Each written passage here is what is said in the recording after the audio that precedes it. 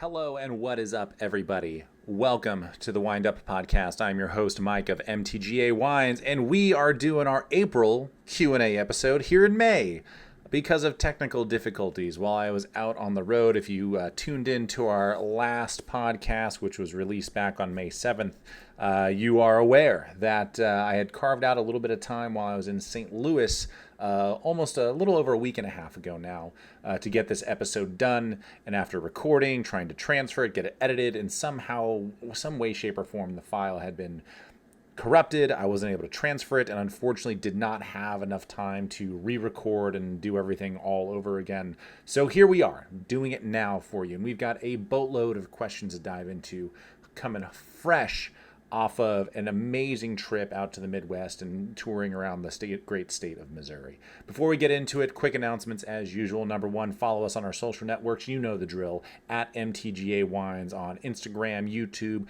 the Book of Face, and the social network formerly known as Twitter. Be sure to head to our website, mtgawines.com. That's where you can find out a little bit more about us, our wines, join our newsletter, wine club, what have you. You can also scroll down on the homepage there at mtgawines.com. There's a little email form so you can submit your own questions here to our monthly Q&A episode, which typically comes out on the last Wednesday of every month.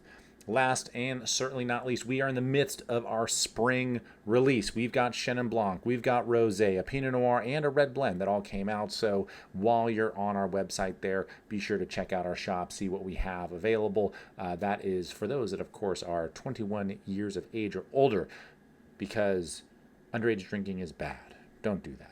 Don't do that. Okay, let's dive into this, shall we?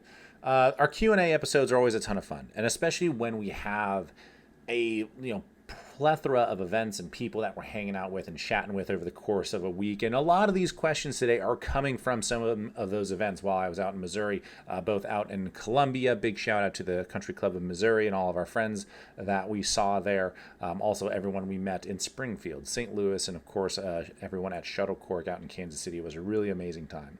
So a lot of these will kind of tie into some of those events and just kind of other stuff that we have going on around the growing season and as we're progressing further into the 2025 season, harvest, right around the corner. Believe it or not, it's coming down the pipeline.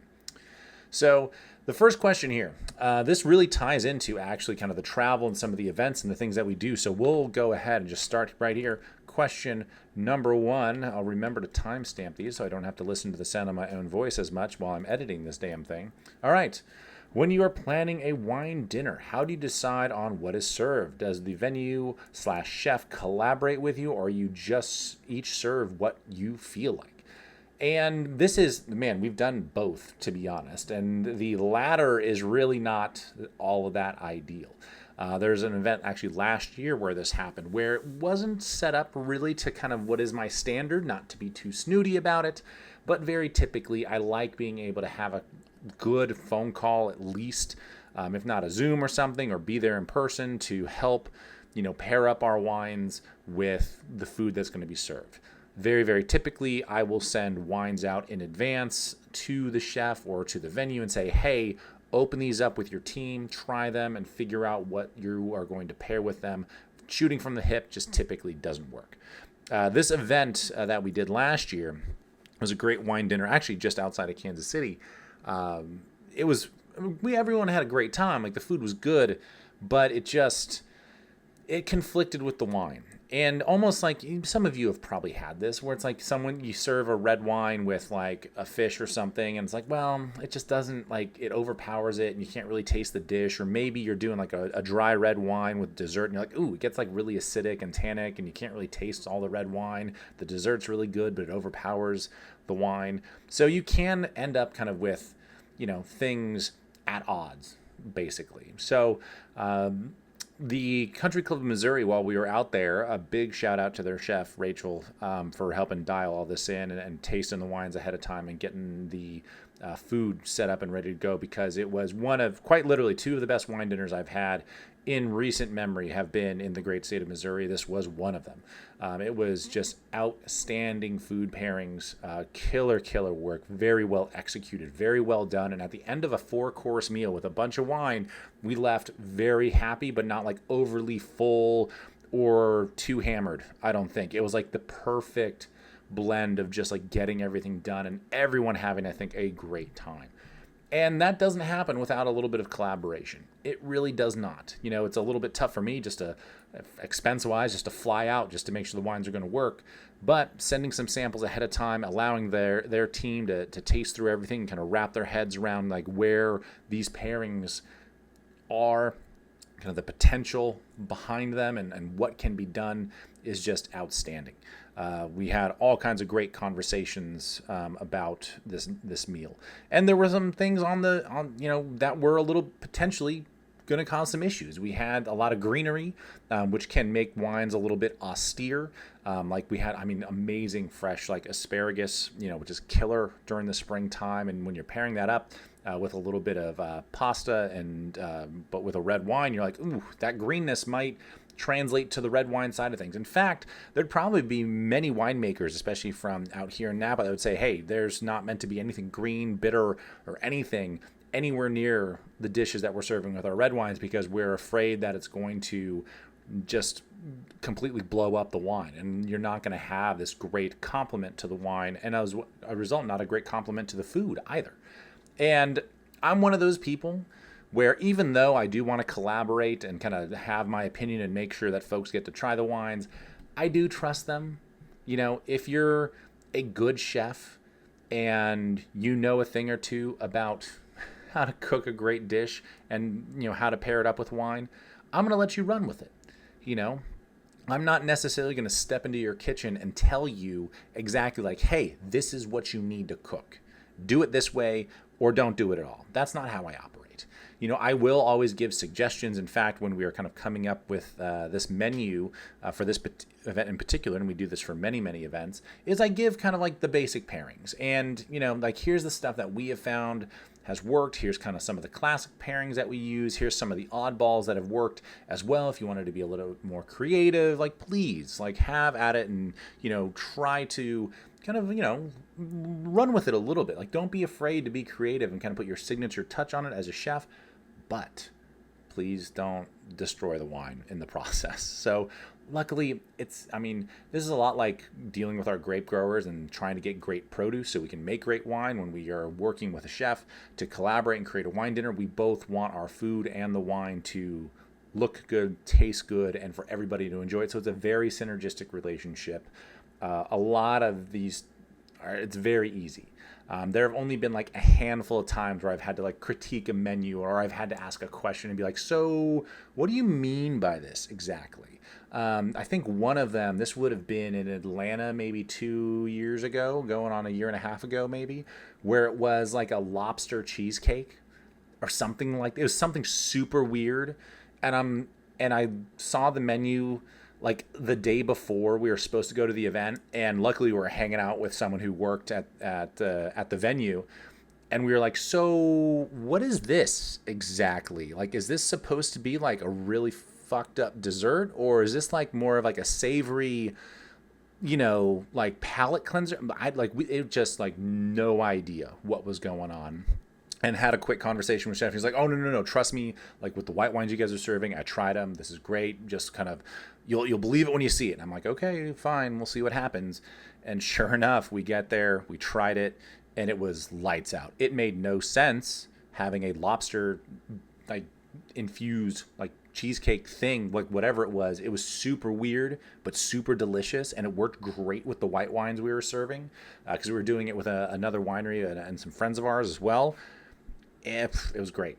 So there are moments like that where you just kind of have to let people do their thing, and it's like, all right, prove me wrong because that sounds super jacked up, but let's see how you do. You know what I mean? Let's see how you do. It can be challenging because you can't. Chefs can have chips on their shoulders sometimes, and they don't want to be told how to cook in their kitchen, just like winemakers don't want to be told how to make our wine or what we need to be doing on our side of things. So I get it. You want to be protective of your space and kind of what you're trying to achieve. But you don't want to go too far. You don't want to be too creative. You don't want to push the boundaries too much. So yeah. So when we're deciding on wine pairings and dinners and stuff like that, it's typically very collaborative. It's rare that we try to go too crazy, but we don't shy away from a little bit of experimentation, like here or there. All right. Question number 2. All right. How is the anti-alcohol movement continuing to gain ground? So it's actually funny that this comes up because I feel like more and more, and this is probably just my algorithm and social media and everything, because the only social media I really pay attention to is our business accounts. I don't pay any attention to my personal stuff. I canceled my personal Instagram, Twitter. I have the Facebook page because you have to have a Facebook page to operate your Instagram page, but I'm never on there. I hate social media, kind of just as a general rule. It's nice for business and marketing purposes, but for me personally, I'd spend too much time doom scrolling, so I got to try and stay off of it.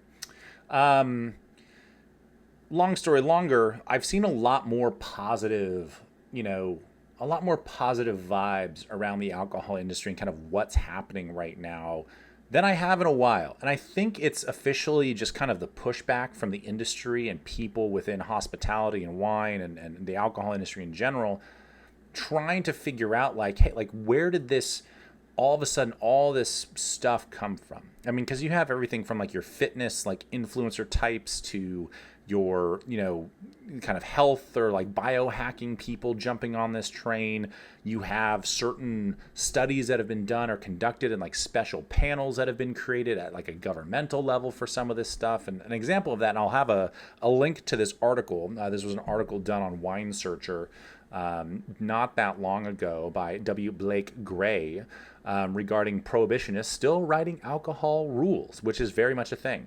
And this is kind of some stuff that I'm learning as a part of this. And some of you may remember from an episode back in January, we talked about kind of this pro-prohibitionist kind of movement and the HHS coming out and saying, hey, any and all alcohol is bad for you, no exceptions. And what we're finding out now is that there's an organization, I guess, or a committee or something called this is all in the article, by the way, so you can fact check me if you want, called the National Academies of Science, Engineering, and Medicine, and it is required by Congress to provide guidance on the dietary guidelines regarding alcohol. So they have a bureaucratic, body that is, in essence, kind of providing recommendations. And this is kind of the way it's been. Apparently what had happened under the Biden administration, not to get political, but this is just how it happened, he had an interagency coordinating committee on the prevention of underage drinking, another giant fucking acronym that you can't hardly keep up with, that had an appointed 6-person committee to produce its own report. So another committee was created because, hey, let's just double down on bureaucracy and, have at it. The panel had addiction specialists, an epidemiologist, and anesthesiologist, and a generic quote scientist, they say. And apparently this was funded by a group that was attempting to get young women to drink less, which fine. If you're going to want to combat underage drinking, I have no problem with that. Technically, I think us human beings, our brains are fully developed somewhere between the age of 24 and 28, maybe. That range might be wrong, but it's somewhere in there. And realistically, consuming anything that's brain altering, whether it's drugs or alcohol, is not recommended during those developmental years. So totally get it. I definitely started drinking when I was a lot younger than I should have been. I joke that, I had my first sips of wine when I was around 2, which is absolutely true. I wasn't getting hammered at 2, of course. I'm not Stewie from Family Guy here. But, wine was a part of everyday life. We tried wine regularly. We didn't drink it regularly. We would have sips of it, things of that nature. You weren't getting hammered, right? Then, of course, that kind of changed through high school and college. And so I still think that, to probably the point of this, organization is they're a little bit more of that prohibitionist side. I'm more of the let's educate people and kind of, dismantle the taboo surrounding alcohol when you're young, a little bit more like Europe, where it's a part of everyday life and people understand it, that it's an indulgence and something that should be done and or consumed in moderation. And let's remember, all things in moderation, including maybe moderation every once in a while. Anyway, off my soapbox I go. This other agency was or this other committee or whatever it was one of them that recommended that, hey, any level of drinking alcohol is bad for you, which of course is what Health and Human Services reported at the very beginning of this year. It turns out that this other panel that was created under the Biden administration, and it states this here in the article, that it specializes in alcohol, or it does not specialize in alcohol. It's actually more focused on tobacco. And it announced at a trade meeting that it was announced at a trade meeting that was now like the lead author of alcohol dietary guidelines. And that's been confirmed by several people, apparently in different alcohol trade organizations. And it's like, okay, so now you have people that are kind of ruling on something that they don't really know anything about. And we're just kind of pushing everybody towards this prohibitionist thing.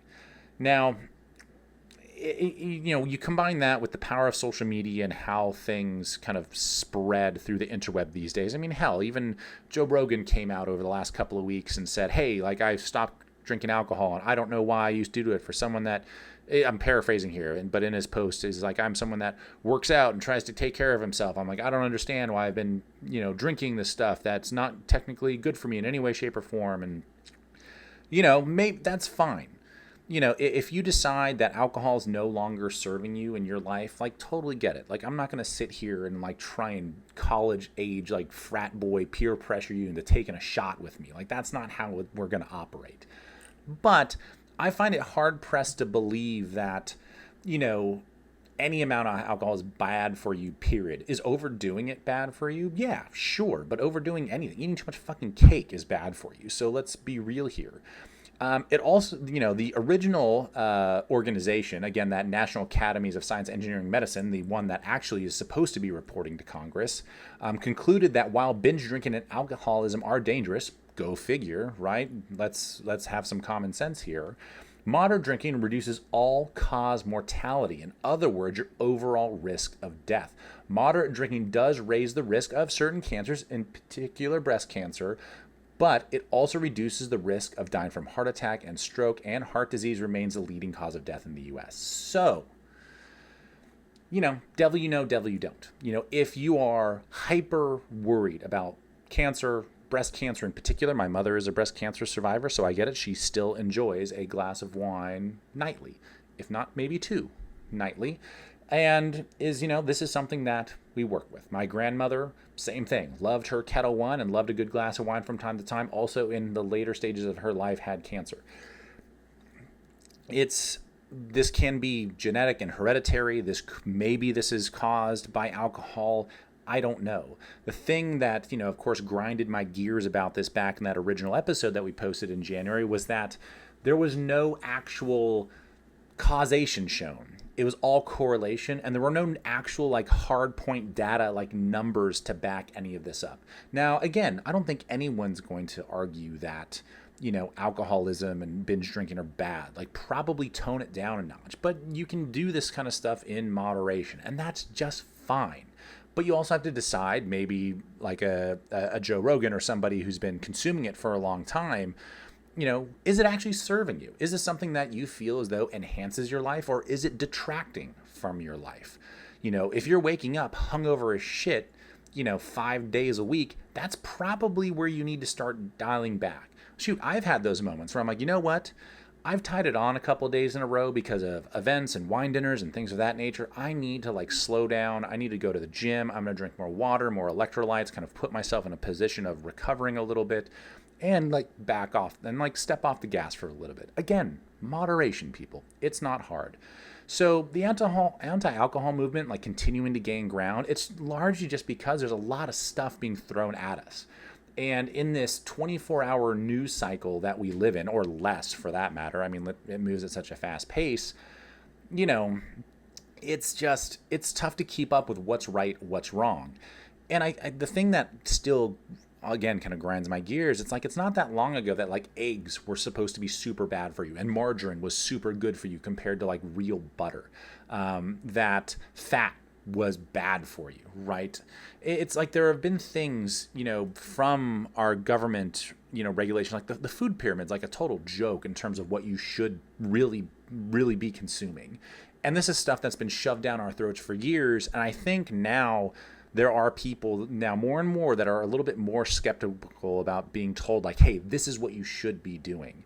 When in fact, we all need to decide for ourselves. I know full well that when I eat certain things, I don't feel that great afterwards. I might love a cheeseburger, but I know after 2 hours, I'm going to need to take a nap because it's a huge piece of bread and meat and all the toppings and fixings. And you better believe I had some fries with that bad boy, and I am done after having that. Like flying back to California a week ago, and for one of my first stops was In-N-Out for a couple of cheeseburgers and some fries. And I got to tell you, the nap after that was outstanding. But I knew full well going into that by the time I decided to, my body started digesting all that stuff, that it was going to slow down and I was not going to be feeling too hot. But I know that because I've done that before. I've been there. Where if I have something that is frankly a little cleaner, more vegetables, less bread, a little bit more protein, whether that's from an animal source or otherwise, I typically feel better, lighter, more refreshed, things of that nature. And that just comes with getting to know yourself. So again, I guess this is a little bit of a soapbox that I'm standing on to answer this question, but I'm trying to convince folks, just pay attention to yourself and decide what's good for you, despite kind of what the noise around you is saying. And if something in your life is truly not serving you anymore, whether it's alcohol or anything else, maybe it's time to reevaluate your relationship with it and decide if it is actually something that benefits you. And this is coming from a winemaker who makes a living producing an alcohol product for people to enjoy. Again, I said it at some point in the last couple of minutes, I'm not going to frat boy peer pressure you into having a drink with me. What I hope you will do is sit down and have a conversation, and with any of these folks, especially when it appears that there's a lot of other risk factors that wine or alcohol in general can help decrease. Now, is there a net negative? Yet to be seen. Is there a net positive? Yet to be seen. I think there's a lot of gray area here. There's a lot of nuance based on who you are, your genetic makeup, what you eat, how much you exercise, all this other stuff, right? So that all needs to be taken into account. And that's what's crazy about this anti-alcohol movement is like none of that stuff has been. Nothing genetic, no external risk factors, no lifestyle choices. Like none of that was taken into account in some of the research that was presented at the beginning of the year. So it boggles my mind that this continues to kind of gain ground and be a conversation point. But you're now starting to see the pushback of people being like, hey, there's a whole nother organization that disagrees with you, and there's a lot of evidence that disagrees with you. While there are certain risks with all things, maybe there is a net positive to be had, or at least a net neutral, and maybe the net negative is not nearly as severe as we think, and it could be vice versa. But let me put it this way, I'll kind of finish with this one point, is that I bought, this is a little bit of a tangent, but shoot, a few weeks ago, I bought a new pair of gardening gloves. I'm like, you know what, the springtime is coming around, I've got plenty of yard work to do, let's buy some new gloves. And I shit you not, the pair of gloves that I bought had a cancer exposure warning on them. And I'm like, okay, at a certain point, like what are we even doing here? So I think that there's a lot of this has gone way too far. Obviously, I'm biased. I'm in the alcohol industry, but it's clear to me that at a certain point, there are other external forces at play here. And frankly, if you want a glass of wine, then drink a glass of wine. If you don't want to drink because you don't like it, then don't. You're an adult. Make adult decisions. All right, that's me getting off my soapbox for a minute. Okay, let's dive into question number 3, shall we? So, how is business in Napa at the moment? Slow. Man, it's slow. This was one of the questions from our wine dinner at the Country Club of Missouri, one of the first questions that we kind of dove into.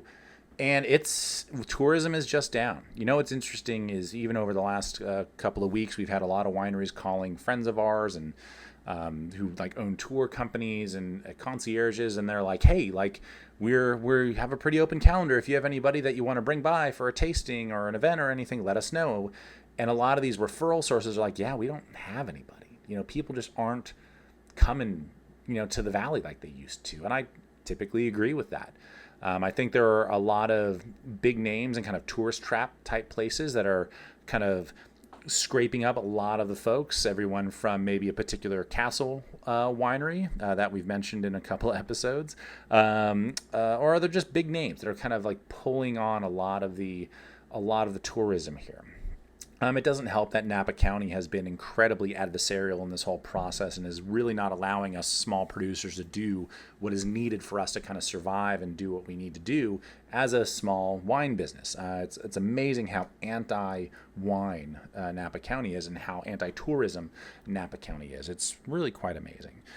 So business right now is rocky. It's one of those things where we've talked a lot about kind of the contraction of the wine industry and sales and how they've dipped, especially as we kind of wrapped up 2024 and saw what the damage actually was.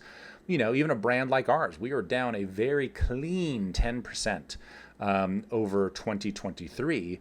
That being said, 2023 was one of the best years we had ever had. However, things have gotten a lot more expensive in terms of our cost of doing business. So being down that much was not great. It really, really kind of sucked.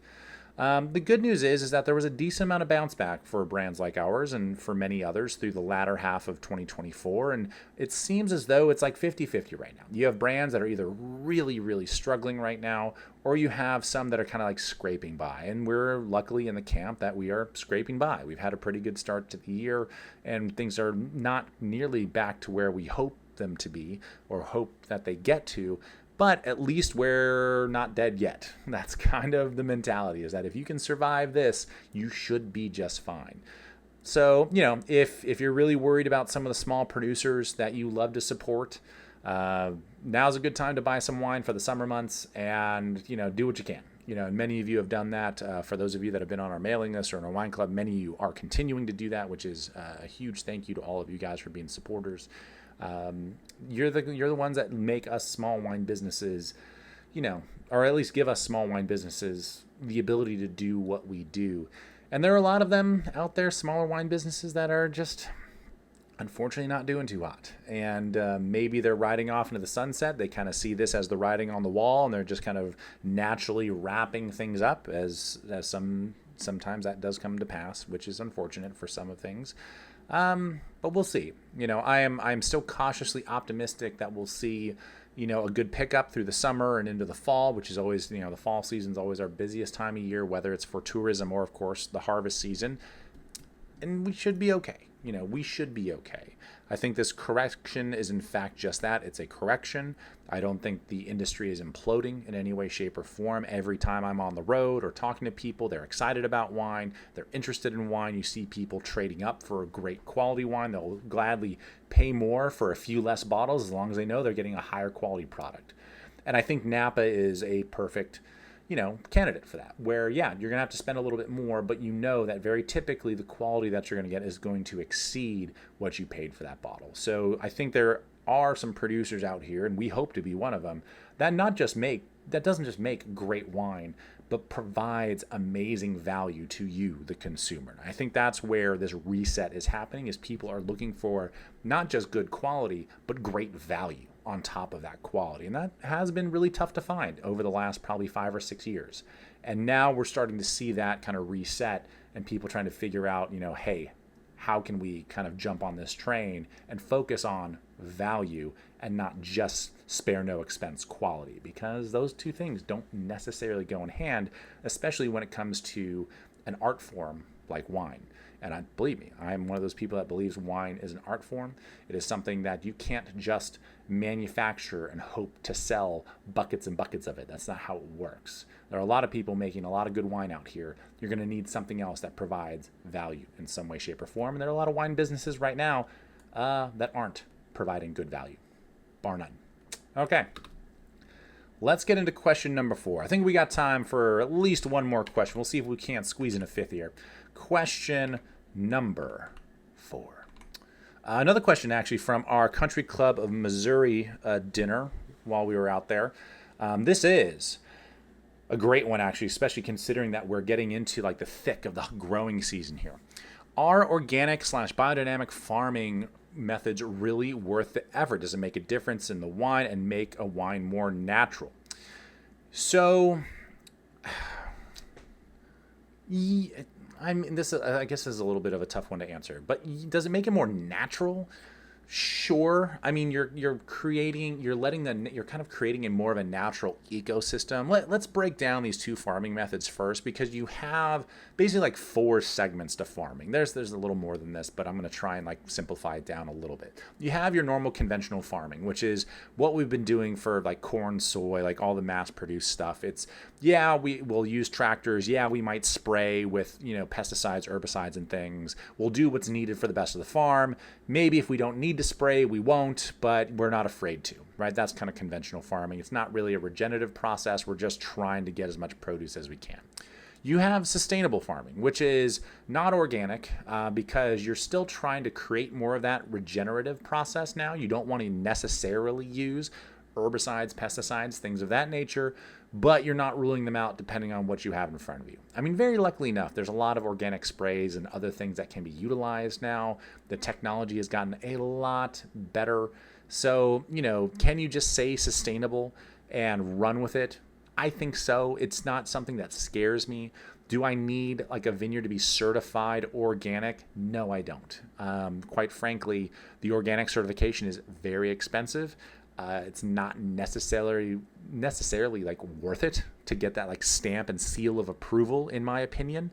It's a great marketing tool, but you can certainly practice organic farming and not have to get the certification. And that's a lot of the growers that we work with, as a matter of fact. Some have transitioned or are going for that certification or have that certification. Good on them. It's not necessary. This really comes down to, the relationship with the grower, what you know about that vineyard and how they are operating, and whether or not you trust them as a business partner, basically. So, organic farming is great. The certification, if you're truly worried about, buying stuff of, what you think is going to be less manipulated, especially when it gets to the cellar. Maybe that makes sense. But even then, organic doesn't necessarily mean less manipulation. I should also mention that just because you farm organically does not mean that you're creating an organic wine. And the big hiccup there, if you're trying to get a certified organic wine, is the addition of sulfites. If you're adding sulfites, typically that excludes you from being a certified organic wine, for example. So there might be, I don't know, I haven't looked into the process or the certification in a long time, so I might be wrong here. There might be some kind of threshold that you can use, but to my knowledge, you're not supposed to add any, period, to your wines as an additive. So just because you farm organically doesn't mean that wine is technically quote unquote certified organic either. So there's like a difference to be made there. Now, biodynamic farming is probably the most extreme of the bunch because, and there's so many strong opinions about biodynamic farming for no good reason. Like, it's not that big of a deal. Listen, because it's the reason that it's people, I remember getting to one argument after another about this when it was becoming more and more popular, especially in the mid-2010s. And people rag on biodynamic farming because it does rely on phases of the moon and certain types of days. You have typically your, I think, fruit days, leaf days, and like root days, or whatever it is. And based on what phase of the moon is in and what type of day it is, that is when you do certain things. Now, admittedly, that's voodoo. For all of you that believe in horoscopes, yes, you believe in voodoo. Because my favorite question always to ask is like, so does your horoscope account for the fact that all these constellations have moved quite a bit over time? And the answer is no. So, but if that makes you feel better about why you're having a bad day or a bad month, more power to you. Let Mercury, blame it on Mercury. That's fine. You do whatever you got to do, okay? And the same thing kind of goes for that aspect of biodynamic farming. Now, the reason why biodynamic farming is kind of buzzy and exciting is because, for a couple things. One is that realistically, like the manures and things that you're creating and the ecosystem that you're providing for the vineyard is all good things. Like, it's not like this is a bad idea. There's a lot of great things that come out of biodynamic farming, organic farming, that really can benefit your natural ecosystem and be regenerative and help provide really high quality produce to make wine out of. That's a good thing. Whether or not you buy into the phases of the moon and all that other stuff, that's up to you, okay? Like, fine. You can take that with a grain of salt, or you can use that as like the Bible if you wanted to. I'm not going to sit here and judge you. if you want to go out and dance naked in the vineyard because you think it makes your wine better, I mean, fucking have at it. Like, I'm not going to judge. But the reason like biodynamic farming got really popular, and this is kind of the undercurrent of what I found out, working in the industry. And again, this is this is an opinion. This isn't necessarily, exactly how it happened, but as phylloxera was rolling through Europe in particular, and in France, they started, in certain areas, they started poisoning their soil with copper sulfate, if I remember correctly. And it was to try to kill phylloxera, which for those of you that don't know, is this little pest that feeds on the root system of the vines, and eventually they callus over and it kills off the vine because they can't absorb any nutrients, things of that nature. So, terrible thing. They tried everything from flooding their vineyards on a regular basis to spraying. They tried, this copper sulfate stuff, and we finally found out it's like, oh, we can just use an American rootstock and graft our vines onto this, our European vines onto this rootstock, because the European rootstocks had a natural resistance to this pest, and we're right as rain. Took a lot of time to figure that out, but we got there eventually. Right? The problem was a lot of places had poisoned their soils and had depleted them or destroyed them in some way, shape, or form because of what they were doing to try and mitigate this pest. And a lot of it was quite literally just poisoning the land that they were using. So particularly in certain areas that were using those methods, biodynamic farming was a huge boon because they were able to start kind of regenerating a healthy ecosystem in their soil. Like, that is shown, as far as I know, that has worked. So, that's a good thing. Again, I can't argue, is it a biodynamic wine better than an organic wine, better than a sustainable wine? Like, I don't know. That up for debate. I think that there's a lot of these things. There's a lot of gray area in between each and every one of these. Whether or not you get certain certifications is totally up to you. If you are really trying to focus on like supporting farmers and vineyards and wineries that are trying to do right by the land, then yeah, maybe you look for some of these certifications, or at least you ask like the right questions. Knowing that, like, for example, that we work with growers that, in essence, practice organic farming, but they don't want to have to pay, arm and a leg for the certification. Like, maybe that's important to you. As far as I know, actually, none of the vineyards we've sourced from are biodynamic. Not that I would be for that or oppose it. It's just like, all right, cool. That's a lot of extra work, and it's expensive to do. And hopefully the fruit turns out better. I don't know. Maybe it does. Maybe it doesn't. Up for debate. None of these things, however, to the second part of the question, will make a wine, quote, more natural. As you all know, you can go back to my natural wine episode if you haven't heard it just yet, and you can listen to about why natural wine is dumb and and is a huge problem, because it actually kind of works against what they're trying to do in terms of making a wine, like, quote, better for you. Because, and this is like comes down to like yeast selection, right? Because there's 1% or less of the yeast that's like naturally occurring out in the vineyard is actually stuff you want to use. That is fact. That's how it is.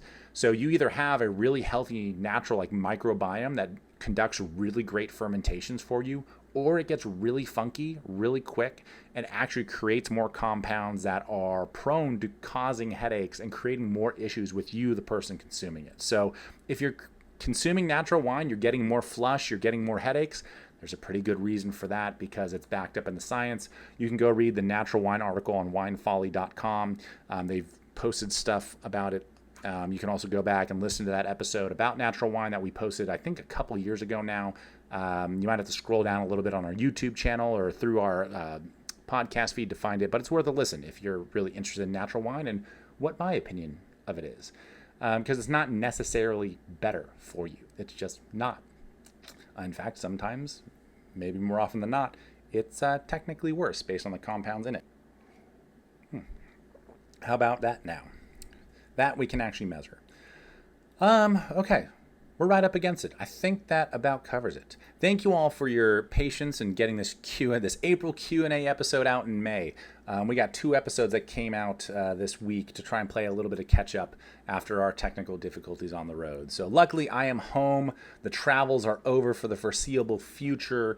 We should have an episode a week coming your way, no problem, for most of the summer.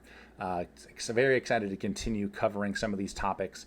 Be sure to follow us on all of our social networks at MTGA Wines. That is YouTube, Instagram, Book of Face, as well as the social network formerly known as Twitter. You can slide into our DMs on any of those networks and submit questions for this Q&A. You can also go to our website, mtjwines.com, not only to find out a little bit more about us, but also scroll down on that homepage. There's a little email form that you can fill out and send questions our way as well.